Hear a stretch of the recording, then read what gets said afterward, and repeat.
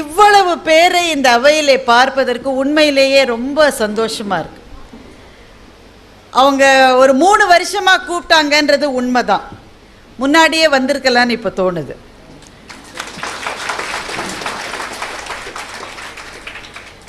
எப்படிதான் இவ்வளவு கூட்டம் வர்றீங்களோன்னு ஆச்சரியமா இருக்கு. தேர்தல் பிரச்சார கூட்டத்துக்கு கூட ஆளையே காணும். உண்மையிலேயே கட்சியெல்லாம் என்னன்னு சொல்ல வேணாம். ஒரு கட்சி தேர்தல் பிரச்சார கூட்டத்தை பத்தி ஒரு மீம் இப்ப வந்துட்டு இருக்கு. ஒருத்தர் நின்று ஆவேசமா நெப்போலியனுடைய கதையை சொல்லிட்டு இருக்காரு. பிரான்சிலே மாவீரன் நெப்போலியன் என்ன செய்தான் தெரியுமான்னு. அப்புறம் கேமரா எதிரில் காட்டுது. ஒரு 1000 நாற்காலி இருக்கு. ஒரு அக்கா ஆணு கொட்டையை விட்டு தூங்கிட்டு இருக்கு. 2 பேர் உட்காந்து மொபைல பார்த்துட்டு இருக்காங்க. ஒரு பாவம் ஒரு போலீஸ்காரமா ஒரு நாற்காலியில் அப்படியே படுத்திருக்கு. எப்போதான் இந்த ஆள் முடிப்பானோ தெரியல.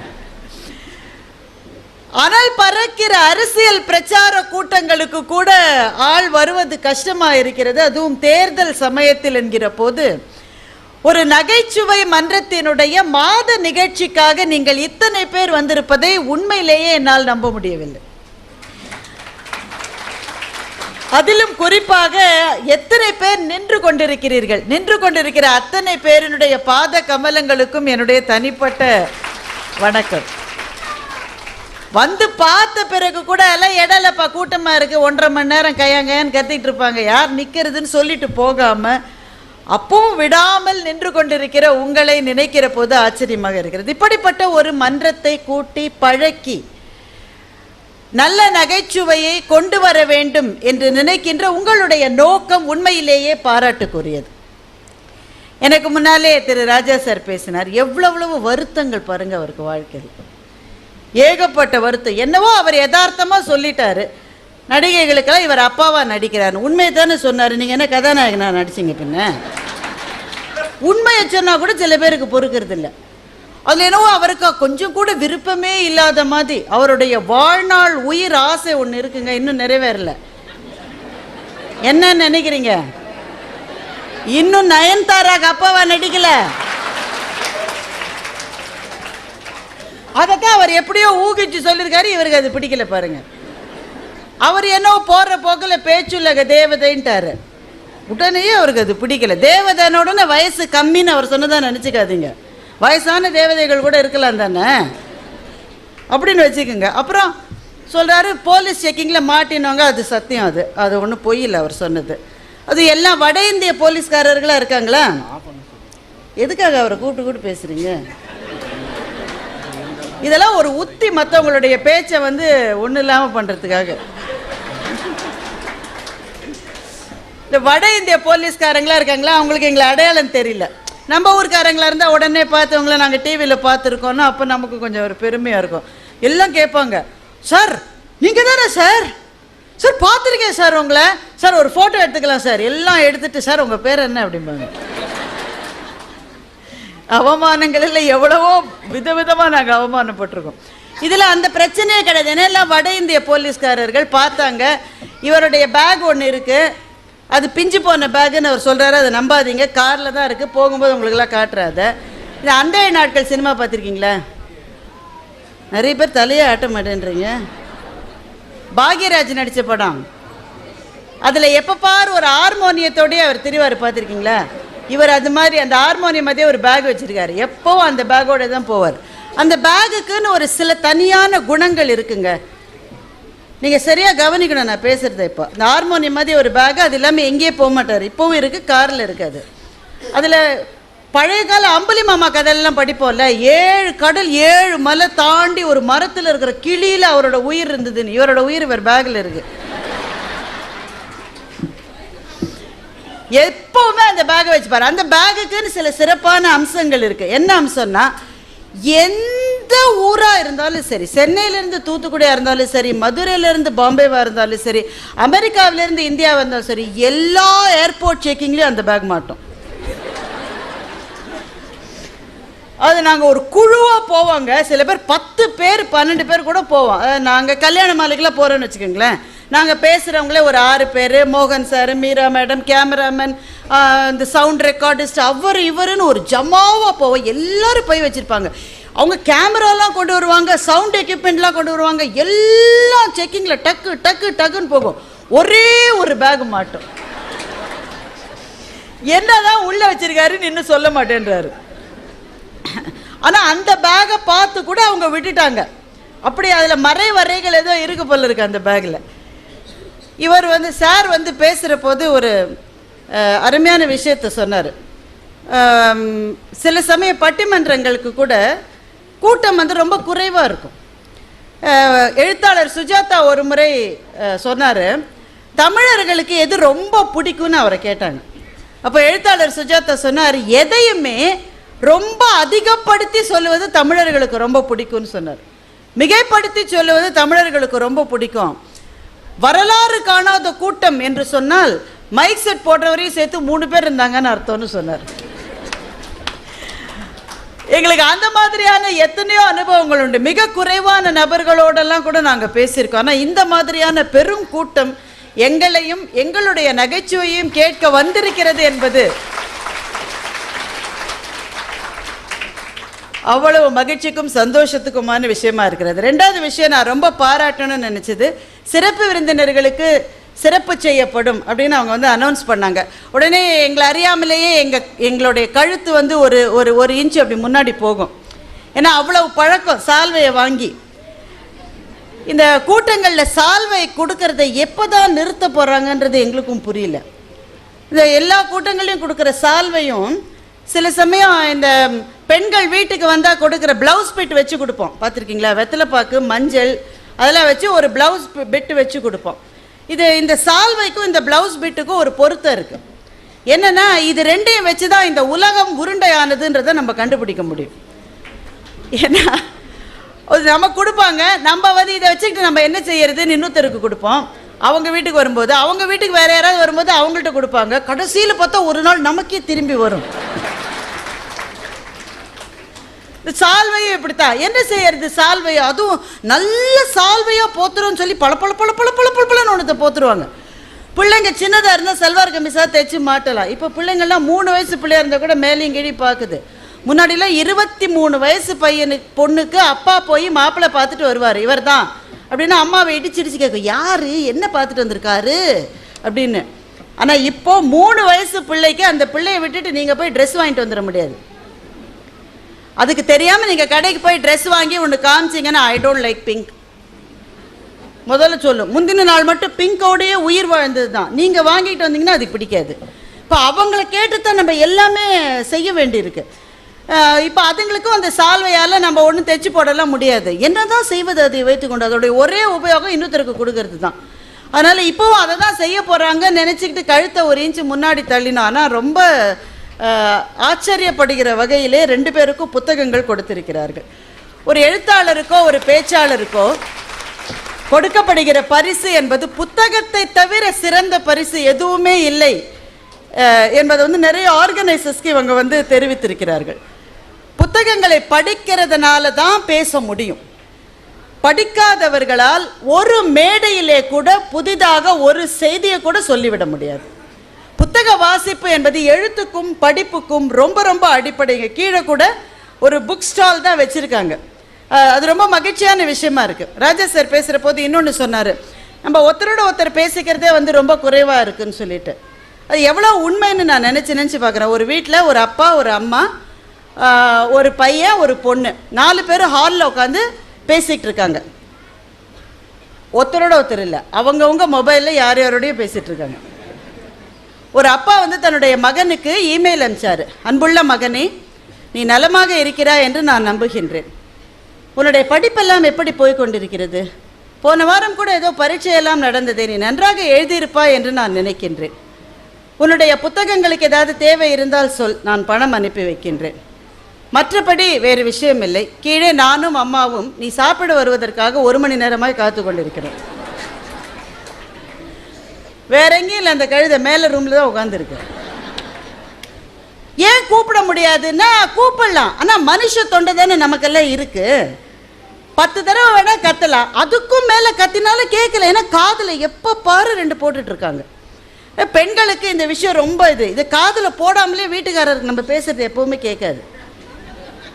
காலையில் எந்திரிச்ச உடனே முன்னாடிலாம் பேப்பர் வச்சுட்டு உட்காந்துருப்பாங்க. இப்போ பேப்பர் நிறைய பேர் படிக்கிறது இல்லை, டிவியை பார்த்துட்டு இருக்காங்க, இல்லை ஃபோனை பார்த்துட்டு இருக்காங்க. எங்கே சாப்பிட வரீங்களான்னு சமையல் ரூம்லேருந்து தானே கேட்க முடியும். ஏன்னா 2 அடுப்பில் 3 அடுப்பில் 3 கொதிச்சுட்ருக்கு. போய் கூப்பிட முடியும். கல்யாணமா வந்து உபசாரம் செய்கிறது. கல்யாணத்தில் யாரும் இப்போ வந்து கூப்பிட்றதில்ல. வந்தால் தின்னுட்டு போ, என்ன இப்போ நான் வேறு கூப்பிடணுமா ஒன்று. சில கல்யாணத்தில் ஒரு பொம்மை வேறு வச்சுருக்காங்க, இப்படிங்குது. அது நாம் அது நம்மளை தான் கூப்பிடுதுன்னு நினச்சிக்கு நம்ம போய் சாப்பிட வேண்டியிருக்கு. கல்யாணத்துலேயே யாரும் உபச்சாரம் செய்யுது இல்லை. வீட்டில் என்ன எங்கே சாப்பிட வரீங்களான்னு சமையல் ரூம்லேருந்து தான் கேட்கணும்.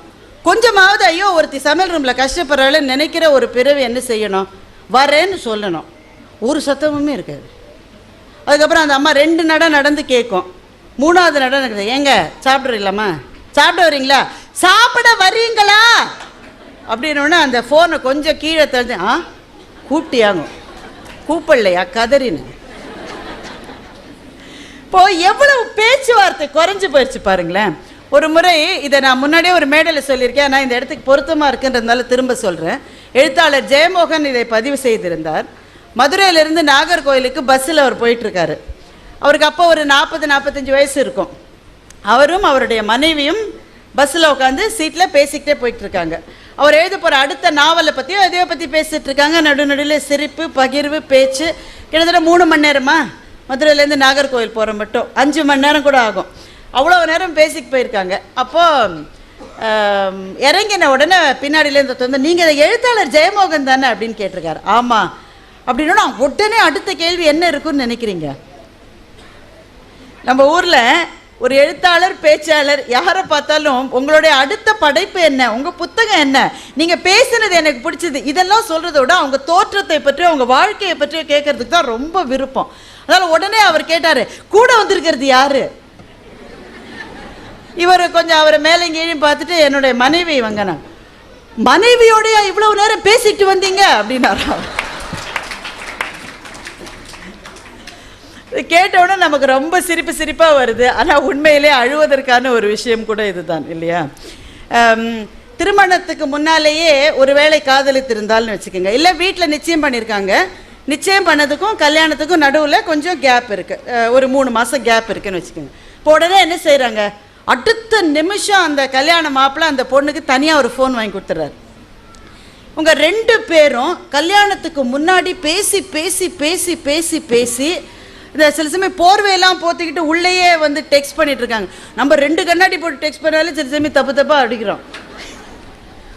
எங்கள் பாஸுக்கு நான் மெசேஜ் அனுப்பிச்சிட்டு இருந்த போது கல்ச்சர் மீட்டுன்னு அடிக்கிறதுக்கு பதிலாக வல்ச்சர் மீட்டுன்னு அடிச்சிட்டேன்.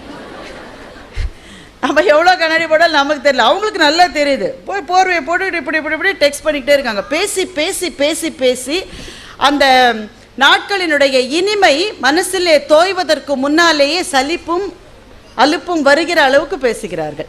அதற்கு பிறகு கல்யாணம் நடக்குது. திருமணம் நடந்த உடனேயே சரி காதலிச்சு கல்யாணம் பண்ணுவீங்களா விட்டுறீங்க. நிறைய பேர் மிடில் ஏஜில் இருக்கீங்க. உங்களுடைய கல்யாண நாள் ஜஸ்ட் ஒரு ஃப்ளாஷ்பேக் மாதிரி யோசிச்சு பாருங்க. திருமணம் ஆன உடனேயே என்ன நடந்தது? அந்த முதல் ஒரு 2 மாதம் 3 மாதம் 6 மாதம் எவ்வளவு ஆசையாக இருந்தது பேசணும்னு சொல்லிட்டு.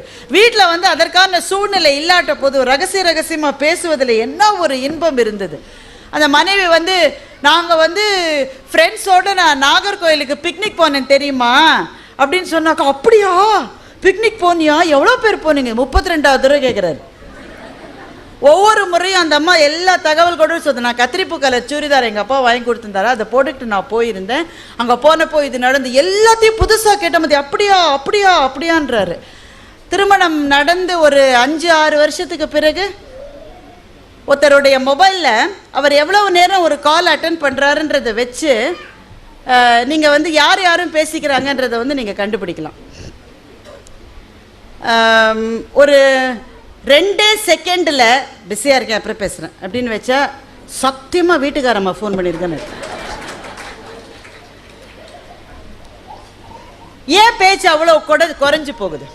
ஏன் வந்து அந்த அடர்த்தி என்பது ஏன் அவ்வளவு தூரம் கம்மியாகிட்டே வருது? ஒரு கட்டத்துக்கு பிறகு 2 பேரும் வீட்லேயே இருந்தாலும் பிள்ளைகள் யாரும் இல்லாட்டாலும் ஒருவேளை அதிர்ஷ்டவசமாக மாமியாரோ எங்கேயாவது வெளியில் போயிருந்தா கூட என்ன பேசுறதுன்னு தெரியாத ஒரு இடைவெளி, ஒரு வேக்குவமும் இருக்கே. ஏன் அது? நிறைய நேரம் இருக்கு. இப்போ யாருமே இல்லை, ஆனால் என்ன பேசுவது? ஒன்று உங்களுக்கு தெரியுமா? பாட தெரிந்தவர்கள் நடுவில் 10 வருஷம் கேப் வந்துட்டா மனசுக்குள்ள பாட்டு இருந்தால் கூட வாயில் வராது. நல்லா பாடிக்கிட்டே இருக்கீங்க, ஏதோ ஒரு காரணத்தினால கேப் வந்துடுது. யாரோ பாடும்போது உங்களுக்கு தோணுதுச்சா இதை விடலாம் நான் நல்லா பாடியிருக்கேன்னு.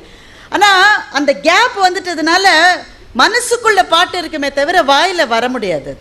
அதுபோல தான் கணவன் மனைவிக்குள்ளே இருக்கிற கான்வர்சேஷன் என்பதும் அப்படித்தான். ஒரு இடைவெளி வந்துருச்சுன்னா திரும்ப அதை பிடிக்கிறது ரொம்ப கஷ்டம், கிட்டத்தட்ட அசாத்தியம். அது இப்போ இந்த நிலைமையிலேருந்து நம்மளை கொஞ்சம் வெளியில் கொண்டு வரணும்னாக்க அதுக்கு ஒரு உதவி செய்யக்கூடியது இந்த மாதிரியான அமைப்புகள். நீங்கள் வந்திருக்கிறவங்க எல்லாரும் கணவன் மனைவியாவோ குடும்பத்தோடையோ வந்திருந்தா ரொம்ப ரொம்ப மகிழ்ச்சி. அப்படித்தான் தெரியுது, ஏன்னா பிள்ளைகளை நிறைய கூட்டிகிட்டு வந்திருக்கீங்க. அதாவது அந்தந்த ஓரத்தில் கத்திட்டு கிடக்கு, வேற வழி இல்லை, வீட்டில் விட்டுட்டு வர யாரும் இல்லைன்றதுக்காக கூட்டிகிட்டு வந்திருக்கீங்க. பட் தயவுசெய்து அதை தொடர்ந்து செய்யுங்க. அவங்க நடுவில் கத்தினாலும் பரவாயில்ல. ஏன்னா ஒரு இடத்துக்கு வந்து 4 பேர் ஒருத்தரோட ஒருத்தர் பேச முடியுன்றதே நாளைக்கு அவங்க மறந்துடுவாங்களோன்னு எனக்கு பயமாக இருக்கு. இப்போ நீங்கள் யோசிச்சு பாருங்களேன், முன்னாடி லிஃப்ட்டுன்றதே இல்லை, மாடிப்படியில் தான் போகணும். மாடிப்படியில் போகும்போது மூச்சு அரிக்கும். ஒரு மாடி ஏறிட்டாலே மூச்சு அரிக்கும். 2 மாடி 3 மாடியில் நிறைய நம்ம ஏறி போயிட்டு இருந்தோம். அப்போ கூட வரவங்களோட பிடிவாதமாக பேசிக்கிட்டே போவோம். மூச்சரிக்க அப்புறமா அவன் என்ன சொன்னான்னா இப்படி போடணும். இப்போ லிஃப்ட்டில் போகிறோம். லிஃப்ட்டில் கிட்டத்தட்ட 8 பேர் 9 பேர் இருக்காங்க. நான் எங்கள் ஆஃபீஸ்க்கு ஒவ்வொரு நாளும் லிஃப்ட்டில் போகும்போதும் பார்ப்பேன், ஒரு 9 பேர் இருப்பாங்க, ஒரு லிஃப்ட் மேன் இருப்பார். 10 பேரும் அவங்க ஃபோனை தான் பார்த்துட்டு இருப்பாங்க. ஒருத்தரோட ஒருத்தர் பார்த்து ஒரு ஹலோ, என்ன எப்படி இருக்கீங்க, ஒரே ஃப்ளோரில் இருக்கோம், என்ன பேச்சுவார்த்தையே கிடையாது. 2வது, எப்போ பேசுவோம்? தெருவில் போகும்போது வழி தெரியலன்னா பேசுவோம். யார் இருக்காங்களோ, ஆட்டோக்காரரோ பழவண்டிக்காரரோ, அங்கே ஏதோ ஒரு அம்மா வந்து ஏதாவது விற்றுக்கிட்டு போகும், கூடக்காரம்மா, அங்கே இருக்கிற ஒரு ஆயா, ஒரு சின்ன பையன், யார்கிட்ட விட நிறுத்தியே இந்த அட்ரஸுக்கு எப்படி போகுது. இன்றைக்கி அந்த பேச்சு கிடையாது. எல்லோரும் கூகுள் மேப்பை தான் பார்க்குறாங்களே தவிர அது போய் முட்டு சந்தில் கொண்டு விட்டாலும் வாயார கூகுளை தட்டிக்கிட்டு திரும்பவும் மேப் போடுறாங்களே தவிர நமக்காவது 1-2 வழி தெரியும். நம்ம காரை ஓட்டிட்டு வராங்களே அவங்களுக்கு சத்தியமாக எந்த வழியும் தெரியாது. அவர் ஒரு உலகத்தில் இருக்கார், கூகுள் மேப் சொல்கிற வழியில் தான் நான் போவேன்னு. அது பக்கத்துலேயே இருக்கிற தெருவுக்கு 1 hour 27 minutesன்னு காமிக்குது. அது அப்படி போனாலும் போவேனே தவிர நிறுத்தி ஒருத்தட்ட வழி கேட்க மாட்டேன். சரி, அப்புறம் வீட்டில் சமைக்க முடியலனாக்க என்ன செய்வோம்? பக்கத்தில் இருக்கிற ஹோட்டலுக்கு அங்கே போன சர்வர்கிட்ட பேசி தான் ஆனோம். பக்கத்தில் இருக்கிறவங்க அடுத்த தலைவர், என்ன உங்கள் வீட்லையுமா இன்னைக்கு சமையல் இல்லையா, ஒரு பேச்சுவார்த்தை. இன்றைக்கி கிடையாது. ஸ்விக்கி பண்ணுறோம், சாப்பாட்டை வரவழைக்கிறோம் வீட்டுக்கு. இந்த ஊரில் வந்துருச்சா? அது இன்னும் வரல, நீங்களாம் கொடுத்து வச்சவங்க. எங்கள் ஊரில் ஸ்விக்கி பண்ணுறவங்க தான் ஊர் முழுக்க இருப்பாங்க. எப்படின்னா ஆரஞ்சு டிஷர்ட் போட்டுக்கிட்டு ஒரு 3000 பேர் சுற்றிக்கிட்டே இருக்கான் சென்னை முழுக்க. எல்லாருக்கும் முதுகில் ஸ்விக்கின்னு எழுதியிருக்கோம். எங்கள் பக்கத்து வீட்டில் 2 பேர் இருக்காங்க. ஒரு நாள் நான் பார்த்துக்கிட்டே இருந்தேன், 3 பேர் ஸ்விக்கிலேருந்து வந்து டெலிவர் பண்ணாங்க. புரியுதா உங்களுக்கு? வீட்டில் இருக்கிறது 2 பேர், ஆனால் 3 பேர் வந்து டெலிவர் பண்ணுறாங்க. எனக்கு பொறுக்கவே முடியல. இதெல்லாம் சில சமயம் தாங்கலை நமக்கு. 2 பேருக்கு 2 ஆர்டர் வந்தால் பல, 3 ஆர்டர் எப்படி கூப்பிட்டே கேட்டுட்டேன். ஒன்று எனக்கு, ஒன்று அவருக்கு, 3வது எலி தொல்லை இருக்குது, அதுக்கு மசால் வடை வைக்கிறதுக்காக ஸ்விக்கி பண்ணியிருக்கேன். நாங்கள் ஹோட்டல்காரரோட பேசுவது, வழியில் இருந்து பேசுவது கிடையாது. பேங்க்குக்கு போகிறது, இப்போ சிறு ஊர்களெல்லாம் நீங்கள் நிறைய போயிட்டு தான் இருப்பீங்க. ஒரு ஃபண்ட் ட்ரான்ஸ்ஃபர் பண்ணணும்னா போகணும். ராஜா சார்னு சொன்னார், அங்கே வந்து அவரை பார்த்து பேசுறது, பேங்க்காரர்களோட ஒரு ஒரு ஒரு பேச்சுவார்த்தை. என்ன எப்படி இருக்கீங்கன்னு பேங்க் மேனேஜர் கேட்குற போது நமக்கு ஒரு பெருமை. அவர் பேங்க் மேனேஜர் ஒன்றும் அவ்வளோ பெரிய ஆள் கிடையாது, இருந்தாலும் அவர் நம்மளை கேட்டார்னு ஒரு பெருமை. நம்மளை கேட்டாருன்னு ஒரு ஒரு உள்ளுக்குள்ள ஒரு மகிழ்ச்சி. சந்திப்பதற்கான களம். அங்கே வந்து நம்ம கொடுக்குற கேஷியரை பார்த்து, இல்லை பழைய நோட்டாக கொடுக்காதீங்க, போன தடவை இப்படி தான் பண்ணீங்க, ஒரு 2 வார்த்தை. இன்றைக்கி ஃபண்ட் ட்ரான்ஸ்ஃபரை பெரும்பாலும் நம்ம கையில் இருக்கிற செயலிகள் மூலமாக தான் பண்ணிகிட்ருக்கோம். யாருக்கு பணம் அனுப்புவது என்றாலும் அந்த பணத்தை ஃபோன் மூலமாகவே அனுப்ப பார்க்குறோம். இப்படி நீங்கள் ஒன்றொன்னா யோசிச்சு பாருங்கள். டிக்கெட் புக் பண்ணுறது, எங்கள் ஊர்லலாம் வந்து ட்ரெயினுக்கு டிக்கெட் வாங்கிறதுக்காக நீண்ட க்யூவில் வந்து நின்றுட்டுருக்கேன். நான் இன்றைக்கி உண்மையிலேயே திருநெல்வேலியில் அல்வா கடை வாசலில் நிற்கிறவங்கள நான் படம் பிடிச்சேன். எங்கள் ஊரில் இதை பார்க்கவே முடியாது. க்யூவில் நின்று ஒரு விஷயன்றது கிடையாது இனிமேல். ஏன்னா நீங்கள் ஃபோனில் ஆர்டர் பண்ணால் வரும்போது என்ன கழுதைக்காக க்யூவில் போய் நிற்கணும்? க்யூவில் போய் நிற்கிறது கஷ்டம் தான். ஆனால் அதில் இருக்கிற ஒரே ஒரு சின்ன சந்தோஷம் என்னென்னா, மனிதர்களோடு நிற்கிறீங்க. நீங்கள் முன்னாடி இருக்கிறது ஒரு மனுஷன், பின்னாடி இருக்கிறது ஒரு மனுஷன், பார்க்கறதுக்கு எவ்வளோ சந்தோஷமா இருக்குல்ல. நம்முடைய சாதனங்களை தாண்டி ஒரு உலகம் இருக்கிறது என்பதே தெரியாத அளவுக்கு சாதனங்களோடு சாதனங்களாக வாழ்ந்து இயந்திரங்களாகவே மாறி போய்விடுவோம் என்கின்ற அந்த அச்சத்தினுடைய உச்சபட்சத்திலே நாம் நின்று கொண்டிருக்கிற போது இந்த மாதிரி பல பேரை கூப்பிட்டு நாங்கள் ஜோக் சொல்கிறோமோ, எங்கள் சொல்கிற ஜோக்குக்கு உங்களுக்கு சிரிப்பு வருதோ வரலையோ வேறு விஷயம். ஆனால் முகமாக ஒருத்தரை பார்த்து பேசுறதுன்றது எவ்வளோ சந்தோஷமாக இருக்கு இல்லையா? பிள்ளைகள் வந்திருக்கிறார்கள். இன்னைக்கு குழந்தைகள் எந்த இடத்துக்கு நீங்கள் கூப்பிட்டாலும் வருதில்லை. அது இப்போல்லாம் வரும், பாவம் எல்லாம் சின்ன சின்ன டிக்கெட்டாக இருக்குது. அம்மா எங்கேயோ சுவாரஸ்யமான இடத்துக்கு கூப்பிட போகிறான்னு நம்பி வந்து ஏமாந்துருக்கு எல்லாம். சில பேர்லாம் வந்து இந்த பிள்ளைலாம் நல்ல பிள்ளையாக இருக்குது. எங்கள் ஊரில் சில பிள்ளைலாம் கொடுமையாக இருக்கும். உட்காந்து இறை வணக்கம் பாடும்போது எப்போ போகலாங்க, இன்னும் நீராறுங்கடை முடியல, அதுக்குள்ளேயே ஆரம்பிச்சிடும். இதுக்கு தான் நாங்கள் சில சமயம் வீட்டுக்காரரை கூட கூட்டிகிட்டு போகிறது. கூட போகணுன்றதை விட இது இந்த தொல்லை இருந்தாக்கா கொஞ்சம் வெளியில் வச்சுட்டு நில்லுங்களேன்னா பாவம் அவர் நிற்பார். அவர் பிள்ளைகள் இங்கே தொந்தரவு பண்ணாமல் இருக்காங்க, சிலது தொந்தரவு பண்ணுது நிறைய. கொஞ்சம் வளர்ந்துட்டாங்கன்னு வைங்களேன், ஒரு அடலசன்ட் ஏஜுக்கு வந்துட்டா நிச்சயமாக எங்கேயுமே வர மாட்டேன்றாங்க. கல்யாணத்துக்கு கூப்பிட்டு பாருங்க, யூ கேன் கோ. நீ என்னடா எனக்கு பர்மிஷன் கொடுக்குறது, நான் எப்படியுமே போகிறேன், நீ வா. நான் அங்கே வந்தால் பேசிக்கிட்டே இருக்காங்க எல்லாரும், ரொம்ப தொல்லையாக இருக்கு, நான் வீட்லேயே இருக்கேன், நீ போயிட்டு வான்றான். வற்புறுத்தி ஒரு அம்மா பிள்ளைய வந்து கல்யாணத்துக்கு கூட்டிகிட்டு போச்சு. ஒருத்தர் வந்து ரொம்ப நேரம் பேசிகிட்டு இருந்தார்.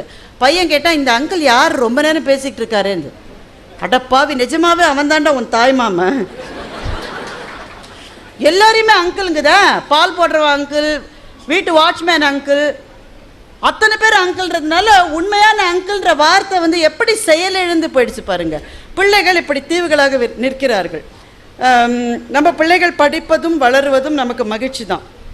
ஆனால் என்னன்னா, அவர்களுடைய வாழ்க்கையில் பல சமயங்களில் நாம் போய் என்ன செய்கிறீங்கன்னு நம்ம பார்க்க வேண்டியிருக்கு. இப்போ நம்முடைய பிள்ளைகள் சாதனங்களில் இருப்பதை பார்த்து இங்கே இருக்கிற நிறைய அம்மாக்களுக்கு சந்தோஷமாக இருக்கும். எங்கள் சுரேஷுக்கு மொபைல்லாம் அவ்வளோ பிடிக்கும். என்ன பெருமை கழுது இதில். நீங்கள் சமீபத்தில் பார்த்தீங்களா, ஒரு வாட்ஸ்அப் ரொம்ப பரவலாச்சு. அதை பார்த்து நிஜமே அழுகே வந்ததுங்க எனக்கு. என்னென்னா, ஒரு பிள்ளைக்கு மொட்டை போடுறாங்க, அழணுமேங்க. என் பொண்ணுக்கு மொட்டை போட்டப்போ எங்கள் குலதெய்வம் கோயிலில் தான் மொட்டை போட்டோம். என் பொண்ணுக்கு மொட்டை போட்ட போது அவங்க அப்பா மடியில் உட்காத்தி வச்சு தான் மொட்டை போடுறது. எங்களுக்கு அப்படி தான் வழக்கம். அப்பா மடியில் உட்காத்தி வச்சுருந்தாங்க. அவர் மொட்டை போடுற ஒருத்தர் இருக்கார்.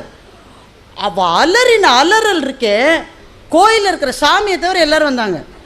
சாமி கூட வந்துச்சோனோ தெரியல, ஏன்னா கூட்டம் கூட்டம்னாலும் தெரியல.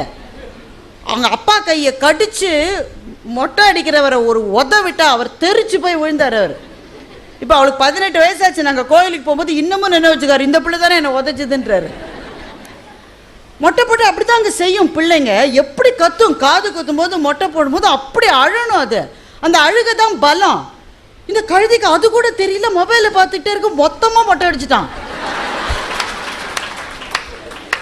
நீ மொபைலை பார்த்துக்கிட்டே இருந்தா எவன் வேணா உனக்கு மொட்டை அடிக்கலான்றது இதை விட தத்துவார்த்தமாக சொல்லவே முடியாது.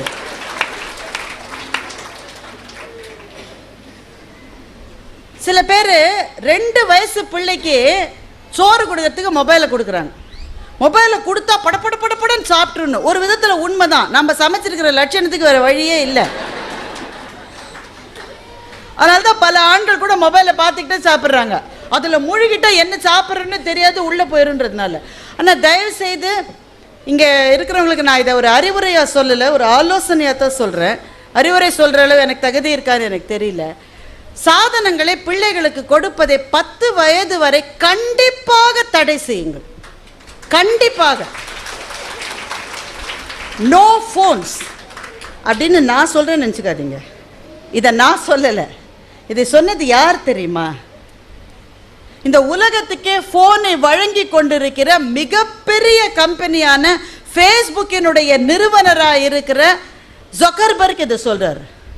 மார்க் ஜக்கர்பர்க்குடைய பிள்ளைக்கு இப்போ 1 வயசோ 1.5 வயசோ ஆகுது.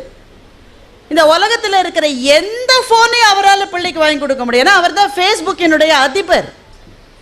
அவரும் அவருடைய மனைவி ஒரு சீன பெண், இவர் அமெரிக்கர். இவர் இவங்க 2 பேரும் என்ன சொல்றாங்கன்னா, போனை கொடுத்துட்டோம்னா குழந்தைக்கு நாங்கள் பேசுகிற மொழி கூட காதில் கேட்கலன்றாங்க. ஏன்னா ஏற்கனவே குடும்பத்தில் மொழி பிரச்சனை. இவர் ஆங்கிலம் பேசுகிறாரு, மனைவி சீன பெண்மணி. அவர் என்ன சொல்கிறாருன்னா, என் குழந்தை முதலில் சீன மொழியைத்தான் படிக்க வேண்டும்னு அவர் சொல்கிறார். ஏன்னா அதான் தாய்மொழி. அவங்க அமெரிக்காவில் இவரா உலகத்திலே இருக்கிற மகத்தான பணக்காரர்களினுடைய பட்டியலை போட்டால் மேலிடத்தில் இருக்கிறவர். ஆனால் அவர் என்ன சொல்லுகிறார், என் பிள்ளை முதலில் கற்க வேண்டிய மொழி சீன மொழி. நாம என்ன சொல்லிட்டு இருக்கோம், என் பிள்ளைக்கு தமிழ் தெரியாட்ட எக்கேடும் கேட்டு ஒழிஞ்சு போட்டு இங்கிலீஷ் நல்லா வந்தா போறோம். ஆனா யாரிடமிருந்து நாம் கற்றுக்கொள்ள முடிகிறது பாருங்கள். அவர் சொல்றார் சீன மொழி தான் அது படிக்கணும். இது இந்த மொபைல் போனையே பார்த்துக்கிட்டு அதுல வர சவுண்ட்ஸை கேட்டுட்டு இருந்தா தாய்மொழி தெரியாம போயிடும். ஏற்கனவே தாய்மொழியை பேசுறதுக்கு அம்மா மாத்திரம்தான் இருக்கா. ஏன்னா எனக்கு சீன மொழி பேச வராது.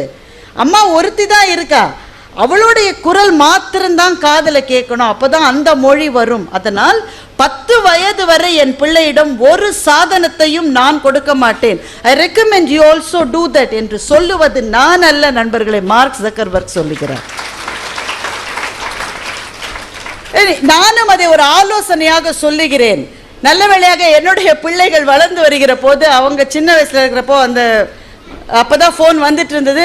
குழந்தைகளுக்கு கொடுப்பது என்ற வழக்கம் இல்லை. இன்றைக்கு நான் பார்க்கிறேன், சாப்பிட வைக்கணும்னா, அழுவதை நிறுத்தணும்னாக்க, கொஞ்ச நேரம் அவங்கள வேற ஏதாவது செய்ய வச்சுட்டு நாம வேலை செய்யணும்னா, எது செய்ய வேண்டும் என்றாலும் ஒரு போனையோ ஒரு ஐபேடையோ குழந்தைகளிடம் கொடுக்கிற வழக்கம் இருக்கிறதே, மிக மிக தவறானது.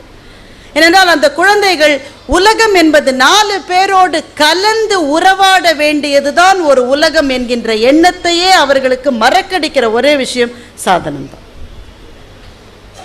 சாதனங்களிலே பிள்ளைகள் இருக்கிற போது என்ன நடக்கிறது? நான் இதை பற்றி இன்னைக்கு நிறைய பேசணும்னு ஏன் நினைச்சேனாக்கா, இது நகைச்சுவையாளர் மன்றமாக இருக்கலாம். அதுக்குன்னு இன்றைக்கு நம் சமூகத்தை உலுக்கி கொண்டிருக்கிற விஷயங்களை பற்றியெல்லாம் மறந்துவிட்டு நாம் சிரித்து விட முடியாது இல்லையா? சிரிப்பு என்பதற்கு பின்னாலே சில விஷயங்களை நாம் பேசத்தானே வேண்டி இருக்கிறது. பிள்ளைகளுக்கு சாதனங்களை கொடுக்கிற போது முதல் விஷயம் என்னன்னா, ஒரு மொபைல் ஃபோனை ஒருத்தர் ரொம்ப நல்லா ஹேண்டில் பண்ணுறாருன்னா அவர் ஒன்றும் புத்திசாலின்னு தயவு செஞ்சு நினச்சிக்காதீங்க. நமக்கு இது மாதிரி சில தப்பான கற்பிதங்கள்லாம் இருக்குது. இங்கிலீஷில் பேசினா அவர் ரொம்ப புத்திசாலி. எவன் சொன்னது? முட்டாளான இங்கிலீஷ்காரன் 10,000 பேர் எனக்கு தெரியும். படு முட்டாளாக இருக்கான். இங்கேருந்து நாங்கள் கரடியாக கத்துறோம், அந்த பக்கத்தில் இருக்கான், சுத்தமாக புரிய மாட்டேன். நம்ம ஊராக இருந்தால் ஏன்டா அவனுக்கு விளங்காதாடா நான் என்னது கேட்கலாம். அவனை எந்த மொழியில் சொல்லி திட்டுறது தமிழில் தான் ஈஸியாக வருது, இங்கிலீஷில் திட்டுறது கஷ்டமாக வேறு இருக்குது. பட்டு முட்டாளாக இருக்கான். அதனால் அவனுக்கு நல்லா தான் ஆங்கிலம் தெரிஞ்சிருக்கு, நம்மோட நல்லா பேசுகிறான், அவன் புத்திசாலி ஆகிடுவானா? ஆங்கிலம் தெரிந்தவன் புத்திசாலி, ஃபோனை நல்லா ஹேண்டில் பண்ணுறவன் புத்திசாலி, கருப்பு கண்ணாடி போட்டவன் புத்திசாலி. என்ன கற்பிதங்கள் இதெல்லாம்! அவன் தான் கவர்ச்சிகரமானவன், அவன் தான் வசீகரமானவன். யார் சொல்லிக் கொடுக்கிற கற்பிதங்கள்? புத்திசாலித்தனம் என்பது என்ன தோழர்களே? ஒன்னே ஒண்ணுதான், எனக்குள்ளே இருக்கிற திறமைகளை நான் உணர்ந்து என்னை நான் மதித்தால் நான் புத்திசாலி, அவ்வளவுதான்.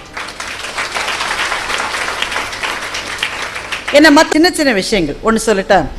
நான் எழுந்து வரும்போது தண்ணி பாட்டிலை உதச்சிட்டேன், கீழே விழுந்துருச்சு. அதுக்குள்ளே இப்படி வந்துட்டதுனால வந்துட்டேன். அந்த பையன் அங்கே உட்காந்துருக்கிற பையன், அவன் பேர் எனக்கு தெரியாது, அவன் உடனே ஓடி வந்து அந்த பாட்டிலை நிமித்தி வச்சான். செஞ்சாத ஒரு விஷயம் ஒழுங்கா இல்லைன்னா அதை சரி செய்யணுன்ற எண்ணம் உள்ள இருக்கு பாருங்க, அவன் ஒரு புத்திசாலி.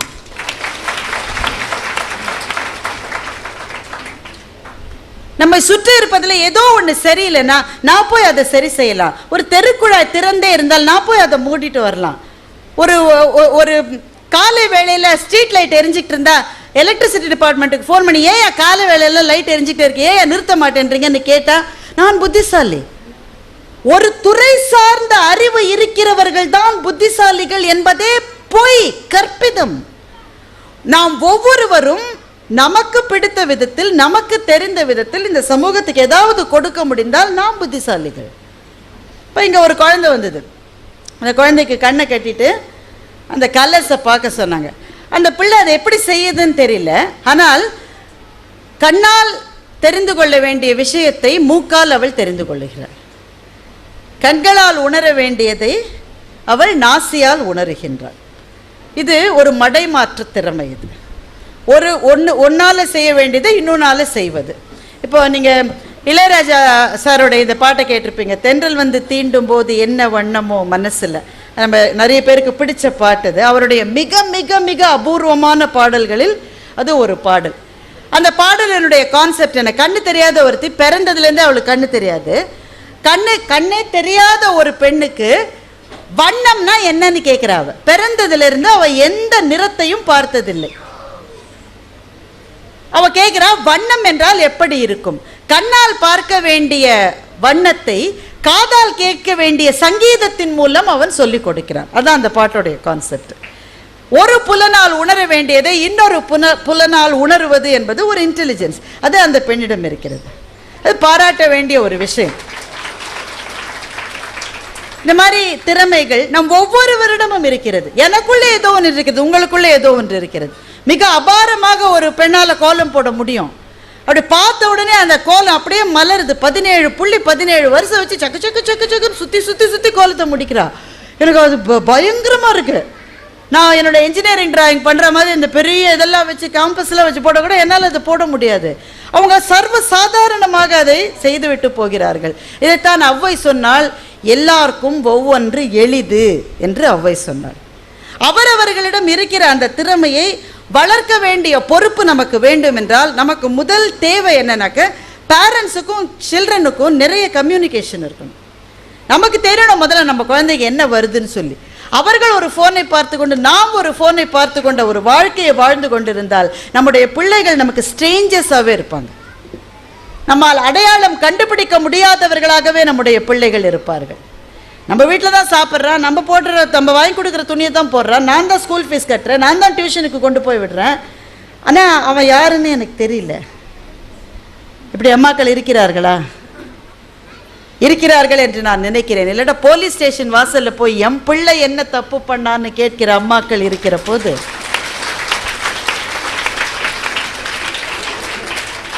அந்த பிள்ளை அந்த அம்மாவுக்கு தெரியவே இல்லைல்ல.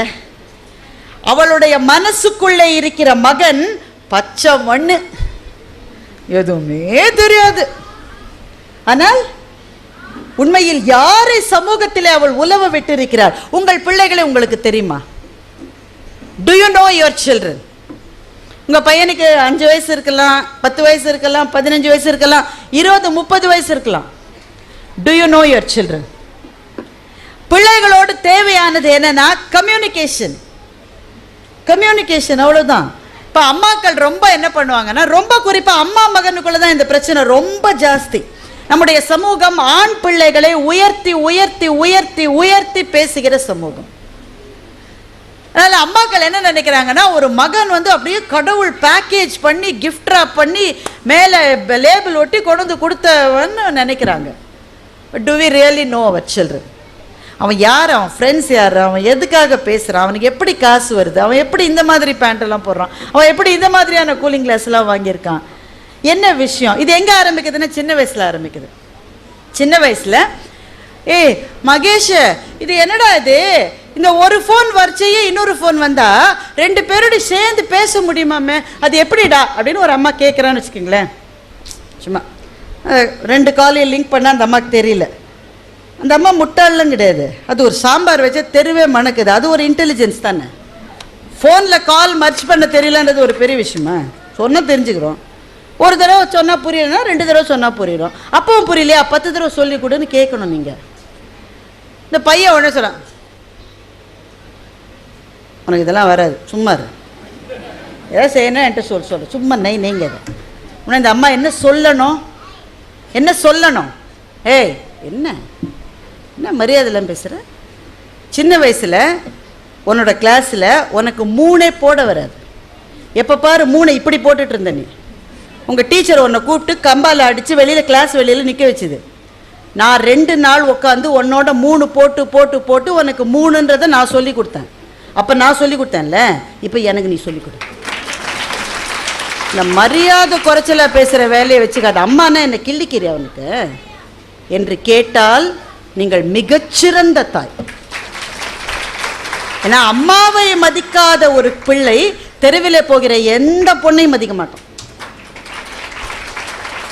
நீ அம்மாவையே மதிக்கலையே நாயே, தெருவில் போகிற பொண்ணு நீ எப்படி நீ மதிக்க போகிற? நீ அந்த கண்டிப்பாக அங்கே தொடங்குவதற்கு மூலம் என்னன்னா கம்யூனிகேஷன். பேசுங்க, பிள்ளைகளோட பேசிக்கிட்டே இருக்கணும். சில சமயம் நமக்கே எரிச்சலாக இருக்கும். ஏன்னா எல்லாத்தையும் வந்து சொல்லி நம்மளை போட்டு ராவடிக்கும். அம்மா எங்கள் கிளாஸில் நித்தின் இருக்கான் இல்லைம்மா, பபுள் கம்மை இப்படி இப்படி ஊதுறாம்மா. நமக்கு அப்போ தான் ஒரு அடுப்பில் குழம்பு, ஒரு அடுப்பில் இந்த ஆளோட தொல்லை வேற. இதுக்கு நடுவில் எவன் பபுள் கம் ஊதினா என்ன ஊதாட்டன், சும்மா இருடி நீ, நானே இருக்கு, அப்படி தான் நமக்கு தோணும். அது சொன்னாலும் ஒன்றும் தப்பில்லை. ஆனால் பேசிக்கிட்டே இருக்கணும். பேச்சு ரொம்ப முக்கியம் பிள்ளைகளோடு. அதை விட முக்கியமாக உங்களுடைய வாழ்க்கை துணையோடு. நமக்கே யோசிச்சா சில சமயம் பகீருங்க, இந்த ஆளோட என்ன பேசுறதுன்னு தெரியும். நான் பார்க்குற சீரியலில் அவர் பார்க்குறது கிடையாது. 2 பேரும் ஒரே சீரியலை பார்த்தா அதாவது இந்த நாசமாக போகிற வந்துட்டா பாருன்னு அதையாவது பேசிக்கிட்டு இருக்கிறோம். பேசுறது கிடையாது. ஒரு ஃப்ரெண்டுகிட்ட ஃபோன் வந்தால் ஃபோன் எடுத்துகிட்டு வெளியில் போயிடுறாரு. நீங்கள் ஃபோன் பண்ணால் 2 செகண்டில் கட் பண்ணாருல்ல, பிஸியாக இருக்கேன் அப்புறமா பேசுகிறேன்னு. பின்னாடியே ஒரு நாய் ஃபோன் பண்ணிச்சு, 18 நிமிஷம் பேசினார். நமக்கு எவ்வளோ எரிச்சலாக இருக்கு. அப்போ அவருக்கும் அப்படி தான் இருக்கும். இன்னும் ஒரு வேளை அவரோட பாயிண்ட் ஆஃப் வியூவில் நம்ம பேசலை. இந்த கழுதியோட என்ன பேசுது? ஒருத்தர் என்கிட்ட கேட்டார், என்ன பெண்கள் சுதந்திரம் பெண்கள் சுதந்திரம் ஓவராக பேசுறீங்க, கோவம் வந்துருச்சு அவருக்கு என்கிட்ட. நானே கொஞ்சம் பயந்த சுபாவமா,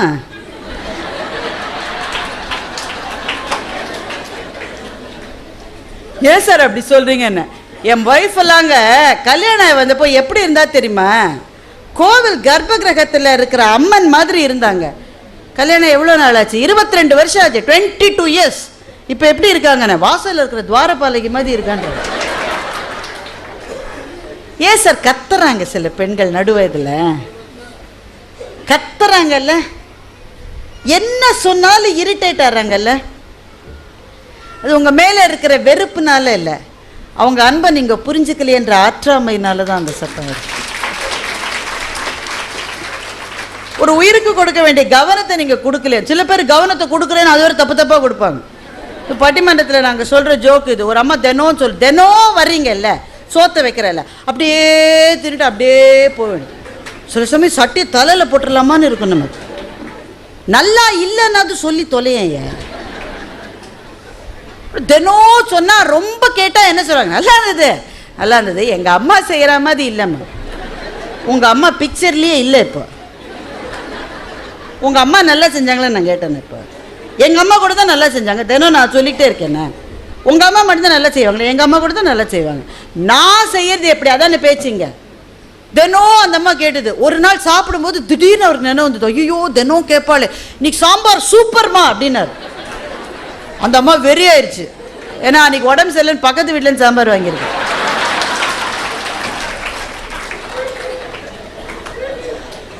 சில பேர் இப்படி செஞ்சும் செயல் கேட்ட பழப்பா இருப்பான். இது இந்த மாதிரி யோசிச்சு பேசுறது இல்லை, ஜென்யூனாவே. அது ஒரு உயிர், நான் ஒரு உயிர். பாருங்களேன் என்ன ஆச்சரியம்.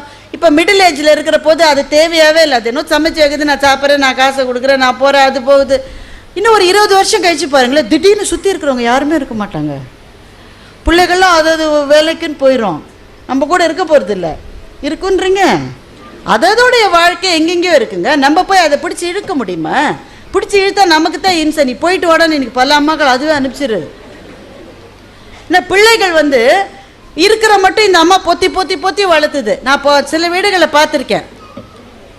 அந்த பையன் இன்னைக்கு இப்போ மேட்ச் இன்னும் கொஞ்ச நேரத்தில் ஆரம்பிக்க போகுது. இந்த மாதிரி கிரிக்கெட் மேட்ச் வந்ததுன்னு வச்சுக்கோங்களேன், அவன் டிவிக்கு முன்னாடி சேரை போட்டுக்கிட்டு உட்காந்துருப்பான். அவன் எந்திரிக்க மாட்டான்.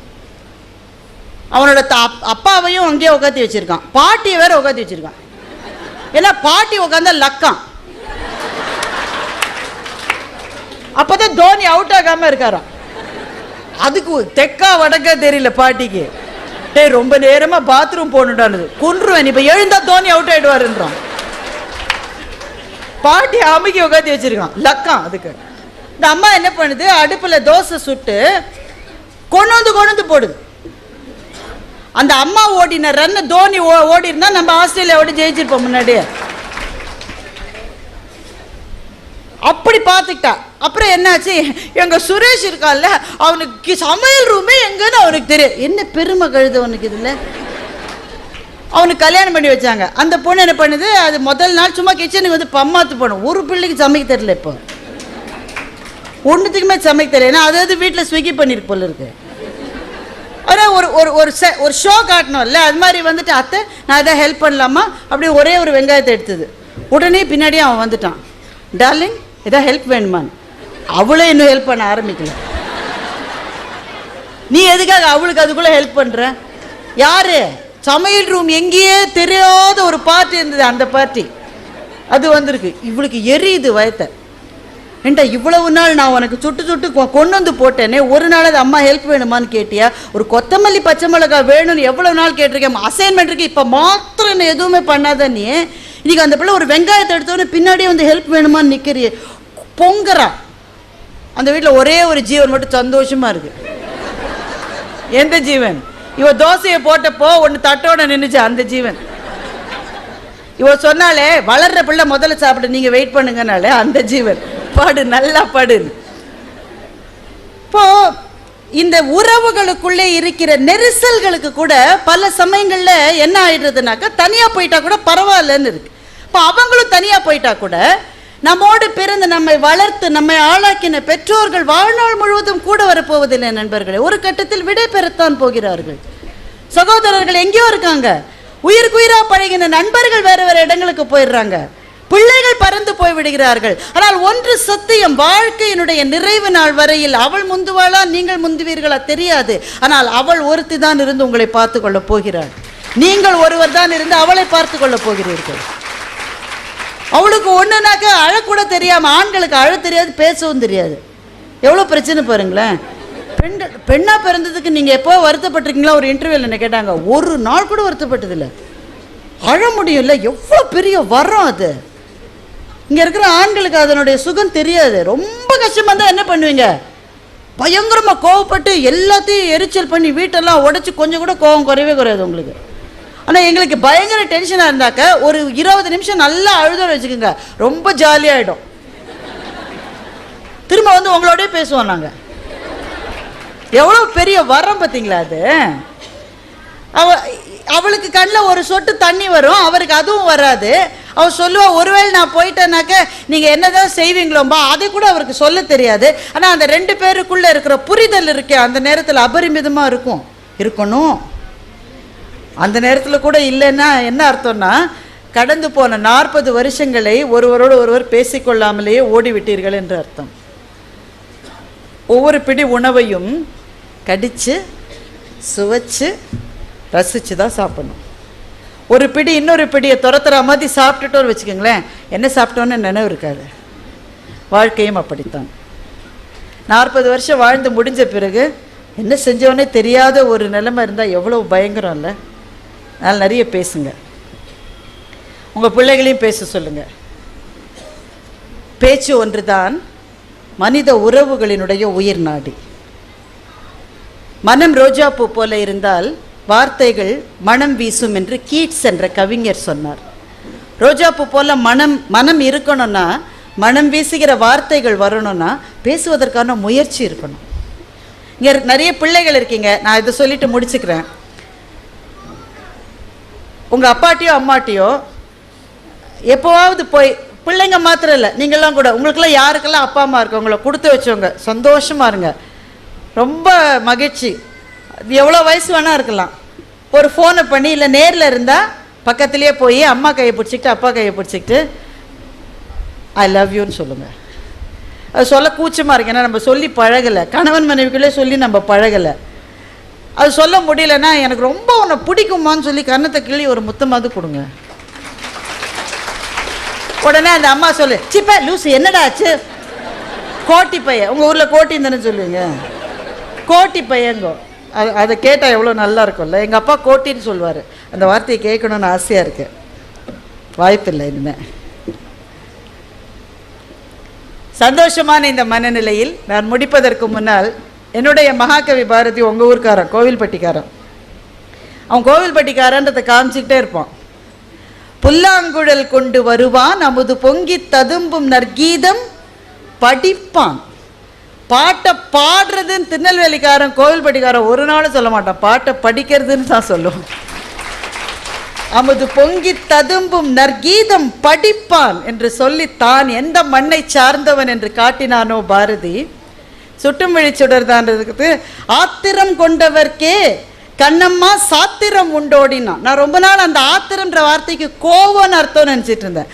அப்புறம் தான் தெரிஞ்சது திருநெல்வேலி கோவில்பட்டியில் ஆத்திரம்ன்றத அவசரத்துக்கு சொல்லுவாங்க. ஒரு அவசரத்துக்கு வந்தேன், அவசரம் தான் அது. இவனுக்கு அவசரம், காதலன் இல்லையா, இவனுக்கு அவசரம். என்னுடைய அவசரத்துக்கு நிதானமாக கல்யாணம் பண்ணுற மட்டும் வெயிட் பண்ண முடியாது, ஒரு முத்தமாவது கொடுத்துக்கிறேன்றானோ என்று சொன்ன அந்த சுப்பையா இந்த ஊர்க்காரன், இந்த மண்ணினுடைய தமிழ் அவனுடைய கவிதையில் மணந்ததா அல்லது அவனுடைய கவிதையின் தமிழ் இந்த மண்ணில் ஊன்றியதா என்று எனக்கு தெரியவில்லை. அந்த அபாரமான குடிப்பினை கொண்ட நீங்கள், மகாகவி பாரதி உங்கள் ஊர்க்காரர் என்ற பெருமையை பெற்ற நீங்கள், இலக்கிய ரசிகரான டாக்டரினுடைய ஆதரவிலும் மற்ற இலக்கிய ஆர்வலர்களினுடைய உழைப்பிலும் நடக்கின்ற இந்த விழாவை தொடர்ந்து நடத்துங்கள், தொடர்ந்து பேசுங்கள். வாங்க பேசலான்றது நாங்கள் 2 பேரும் பேசிக்கிறதுக்காக இல்லை, நீங்கள் எல்லாம் உங்களோட ஒருத்தர் அதை அடிக்கடி சொல்லி பேசிக்கணுன்றதுக்காக. நன்றி, வணக்கம்.